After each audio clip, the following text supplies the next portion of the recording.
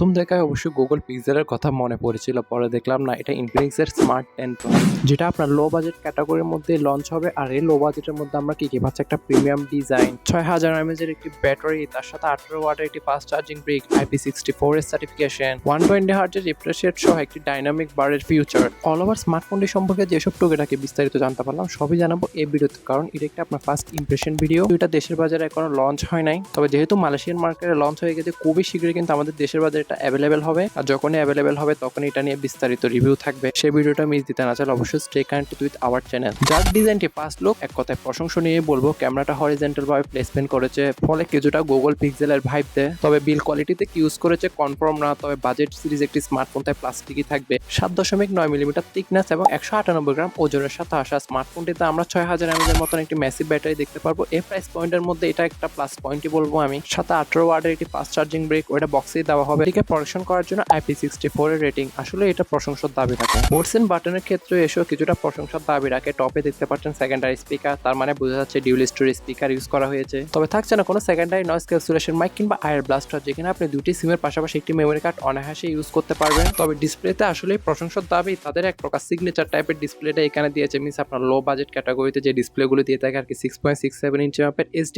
রেজুলেশনের 120 Hz refresh rate যুক্ত একটি IPS LCD panel, যাতে রয়েছে 240 Hz এর মতো টাচ স্যাম্পলিং রেট। তবে বাজেট হিসেবে এটা আপনার পাঞ্চ হোলে ইউজ করেছে, ভালো লেগেছে। তার সাথে পাঞ্চ হোলে কিন্তু আপনার ডাইনামিক বারের অপশনটা দিয়েছে, যেটা নোটিফিকেশন আসলে কিন্তু বিভিন্নভাবে পপ আপ করবে, দেখতে ভালোই লাগে। তবে 120 Hz এর রিফ্রেশ রেটটা আমরা অথেন্টিক না, আমরা যেহেতু HD+ রেজুলেশন তাই এটা সব ক্ষেত্রেই কাজ করবে তা না।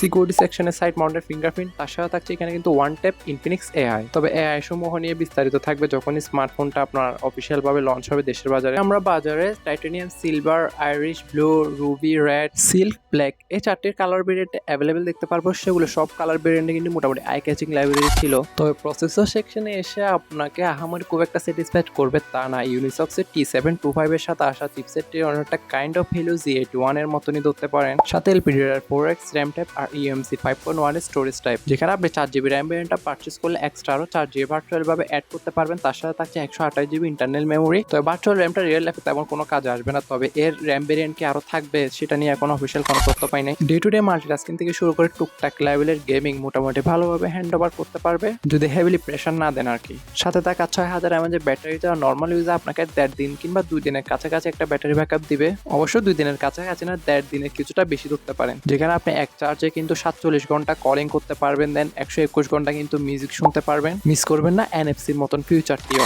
Out of the box Android 15 এর সাথে আসবে স্মার্টফোনটি। আমার মতে এখানে Android 15 এর গো ভার্সনটাই দেওয়া হয়েছে, যেহেতু বাজেট সিরিজ একটা স্মার্টফোন। ব্যাকে ডিউল ক্যামেরা সেটআপ দেখলেও কাজের সেন্সর, একটা 8 মেগাপিক্সেলের ওয়াইড যুক্ত মেইন সেন্সর, আর ফ্রন্টে কিন্তু 8 মেগাপিক্সেলের একটি সেন্ট্রাল পাঞ্চ সেলফি ক্যামেরা। এখানে একটা আমি থামস আপ দিতে চাই তাদেরকে, কারণ আপনি উভয় ক্যামেরা দ্বারা সর্বোচ্চ 2K তে 30 FPS এর ভিডিওগুলো শুট করতে পারবেন। তবে থাকছে না কোনো OIS, তাই ভিডিওগ্রাফির ক্ষেত্রে কিংবা ছবি তোলার সময় যদি আপনার হাত একটু নড়ে তাহলে একটু শেকি ইফেক্ট চলে আসবে। তাই আপনাকে শক্ত হ্যান্ডের ছবি তার সাথে ভিডিওগুলো করতে হবে। কিছু ক্যামেরা স্যাম্পল স্ক্রিনও দেখতে পাচ্ছেন, আর বেশি ইন ডিটেইলস বলতে পারছেন ওগুলো অবশ্যই ইনডেপথ রিভিউতে আলোচনা করা হবে, যেহেতু এখনো দেশের বাজারে লঞ্চ হয় নাই। বর্তমানে স্মার্টফোনটি আপনি মালয়েশিয়ান মার্কেটে অ্যাভেলেবেল দেখতে পারবেন, যার প্রাইস ধরা হয়েছে সেখানে $82। আর আপনি যদি $82কে বাংলা টাকায় কনভার্ট করে অলমোস্ট 10,000 টাকা হয়। তবে স্মার্টফোনটি খুবই শীঘ্রই আমাদের দেশে অ্যাভেলেবেল হতে যাচ্ছে, তাই বিস্তারিত সকল আপডেট তখনই দিতে পারবো, মানে যখনই লঞ্চ হবে। এই নিয়ে একটা ডেডিকেটেড ভিডিও তৈরি করা হবে ফুল টাইপ রিভিউ নিয়ে, তাই ভিডিওগুলো মিস দিতে না চাইলে অবশ্যই stay connected with our channel.